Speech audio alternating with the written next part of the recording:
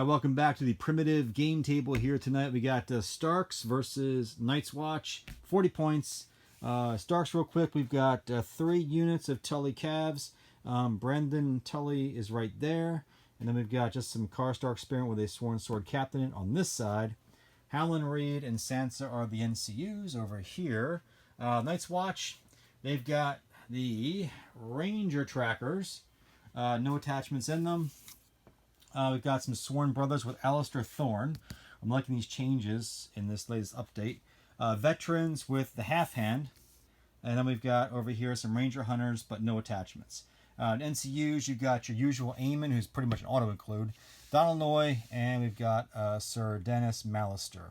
And let's kick it off. Round 1. Turn 1 goes to the Night's Watch.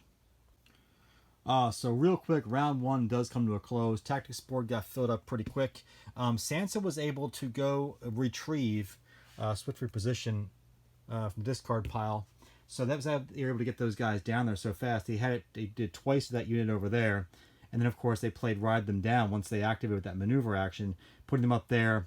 And you can see just how quickly the Starks can move up the field with these Tully Cavs. Brayndon did a maneuver action and a march over here.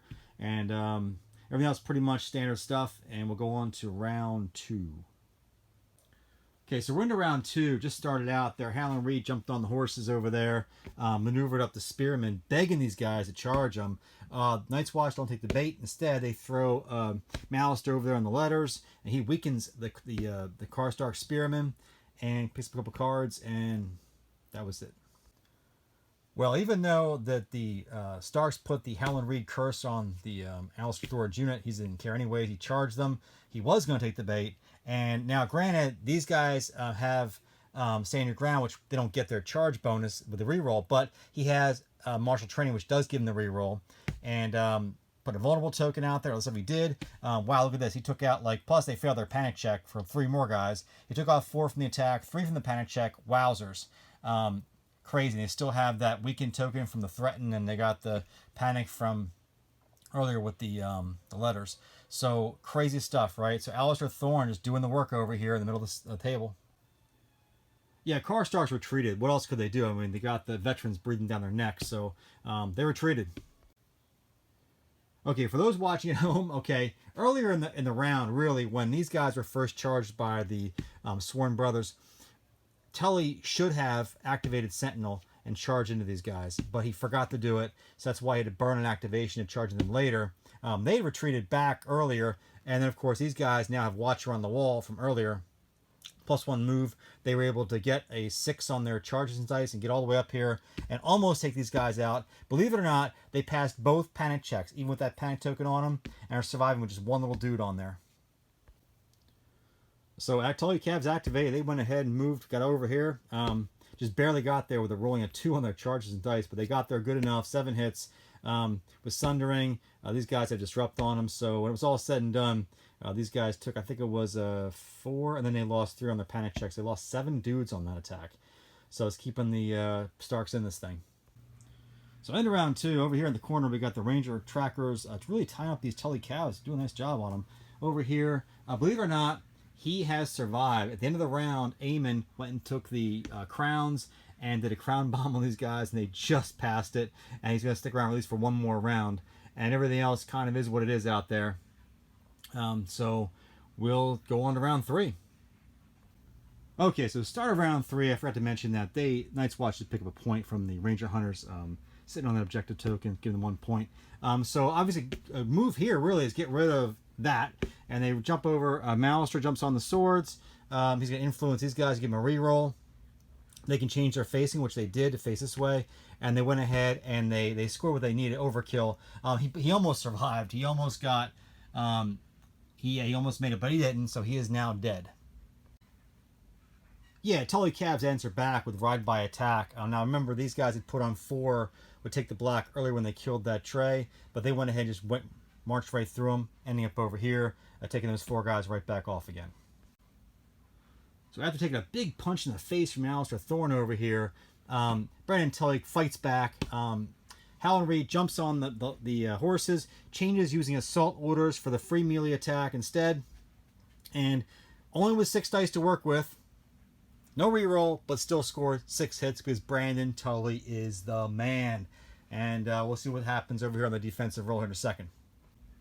I forgot about the weakened tokens, so Allister Thorne pulled it, and when he rerolled the dice, he only got 1 stinking hit, so it is what it is. Oh man, Night's Watch, man. Aemon jumping on the bags, man. Just heals up all those guys. He heals up 3 from the bags. It was 1 rank they were down, plus Aemon gets a +1. It's 5 guys just jumping right back on. Very demoralizing for the Tullys, man. State of the board here at the end of round 3. Over here in the corner, they're still trying to duking it out, but they did play Northern Ferocity, which only gave them Vicious because they didn't control the swords. Enough that they failed their panic check with it and took 3 more off, so things looking pretty good over here for them. The Crown Zap by Mr. Noye kind of backfired because they passed it, and because they passed it, restored a wound, and they restored a wound too. They're in short range. And everything else kind of was what it was. Bryanden Tully earlier had just gone through, and these guys at the ride by attack, they're going to sit on the objective and click that point, and that's kind of where we sit at the end of round 3. All right, start of round 4. Stark's got the first go. Howland Reed jumping on the swords, and they're going to play assault orders, which gives Mr. Tully over there a free charge action on poor Allister Thorne, just sitting there like a dead duck. Don't mess with Bryanden Tully, man. So he has 10 dice with a reroll. He played, what was the card again? Devastating Impact to throw that, just to make sure nothing goes wrong. He got those tokens out on him. 9 hits there with the reroll. He's hitting on 2s because of the North remembers. Losing those Spearmen earlier. He still rolled a 1. What the hell? Anyway, so he's got the 9 hits. He didn't block them. He has Shields of Realms of Men over there helping him out a little bit, but he needed 6s, and he only got 1, and he blocks another 1. I mean, it's still enough to wipe the tray. So Allister Thorne's dead. Well, the Halfhand and those veterans over there did the only thing he could do. They threw Mallester up there on the horses. He's going to go over there, maneuver it up, reset their lines a little bit, and see what happens. All right, here we go. The Cavs over here. Brayndon goes ahead. He gets a maneuver and charges the side. Plays Winter's Coming, shut down that Disrupt and that Counter Strike. Let's see how it plays out. A bit disappointing for the Tullys. They only got 5 wounds on the veterans there. They did score the 10 hits, hitting on 2s now thanks to Winter's Coming, but unfortunately they blocked a bunch on that. And yeah, the good news is no Disrupted, no Counter Strike because of the Winter's Coming, so that's kind of where it's going to sit. In a big middle finger to the Starks, Aemon jumps on the bags, puts 5 back on there. Well, Starks don't panic. Sansa jumps on the letters. She picks up 2 cards, both Marshals, and puts a weakened token on those powered up veterans over there. And by the way, they had the ability to take the 1 card off that deceased, off of Allister's trait earlier. That's where the Shields of Realms card came from them. I forgot to put it on there earlier. So later in the round, these guys went ahead and activated. They threw what they could at these guys. They had some help with the cards here. They got the highest tactile value. Didn't help them. They didn't score any hits, even with the putting the vulnerable out there and the reroll. The Starks answered back, and they wiped this because they scored. They had 6 dice to throw. They hit on 5 of them, and then their defense die roll, and they blocked 1. Shields of the Realms of Men will help this one. There's still 3.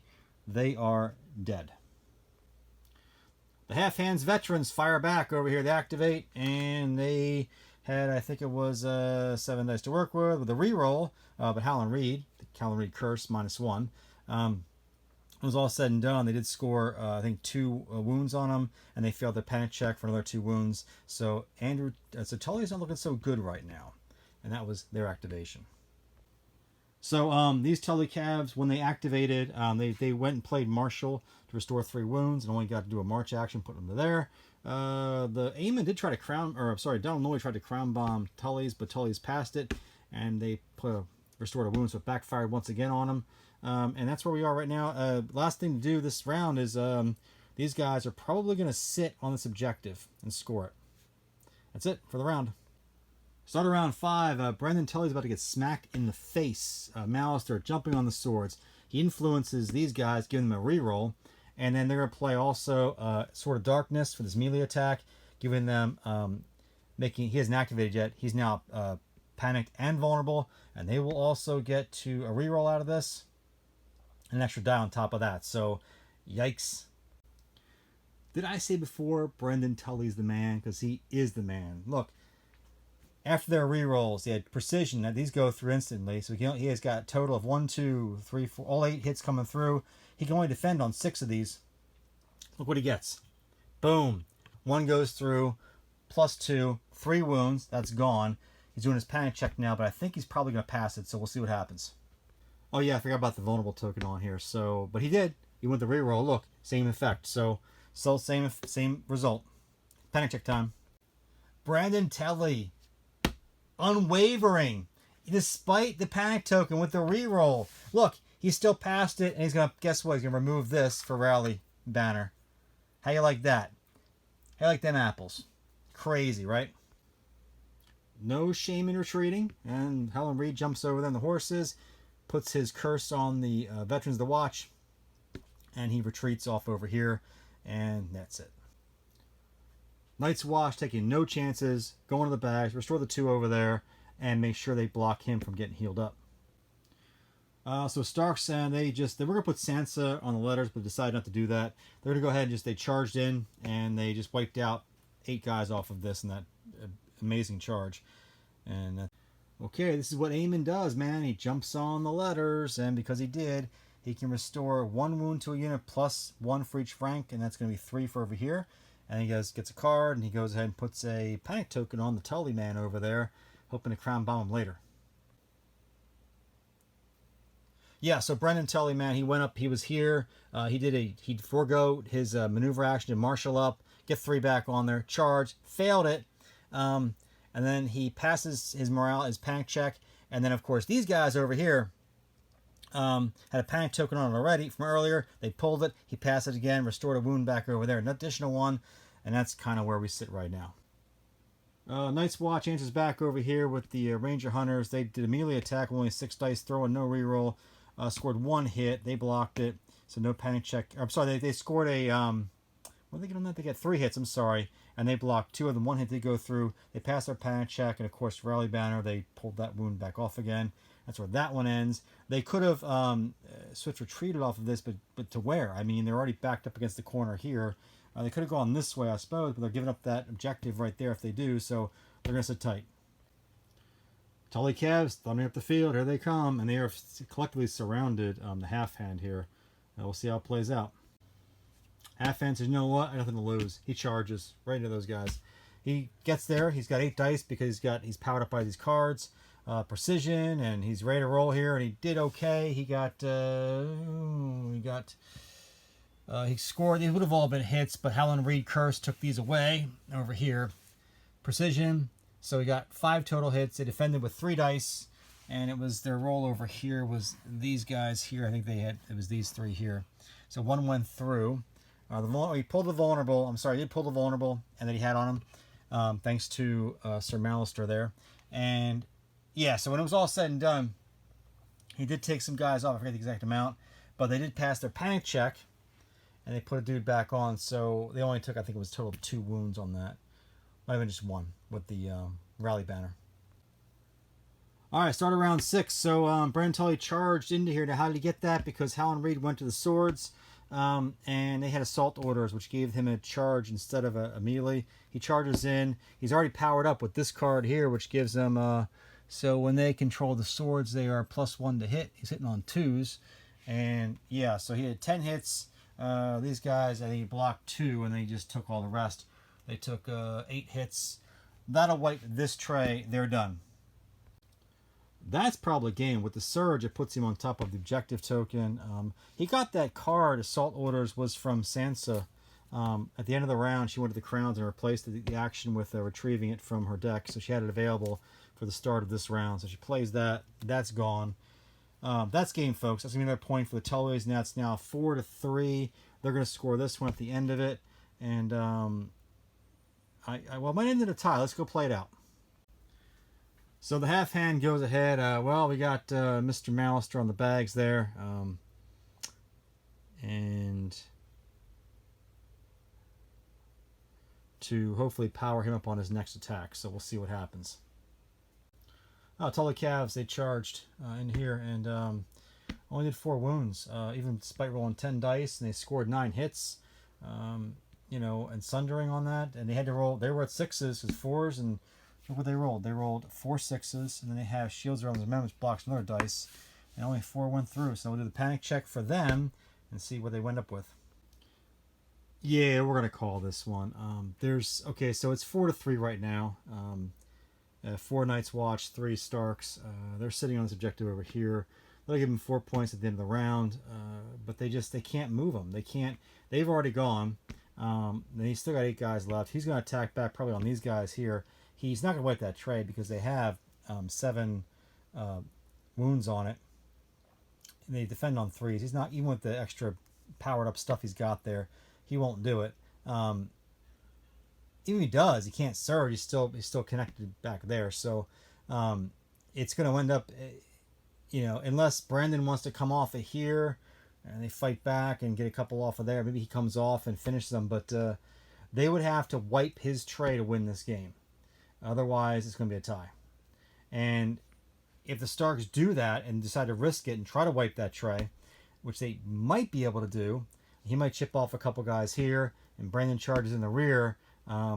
They might be able to get that tray, but that's a big if. I don't know. Last attack, they rolled a bunch of 6s and hung in there, so we're going to call it a tie. This is going to be a tie ball game here, folks. Night's Watch, man, they are really tough. Tully did all he could to win this game. I messed up once. I know I forgot to trigger a Sentinel, so that definitely hurt. Maybe I did it twice this game. I think I might have done it twice. Definitely once. I might have not given them their Counter-Strike once. I believe, yeah. So aside from those 2 small mistakes, everything else is pretty good. And that's it, man. I'll see you guys soon. Bye.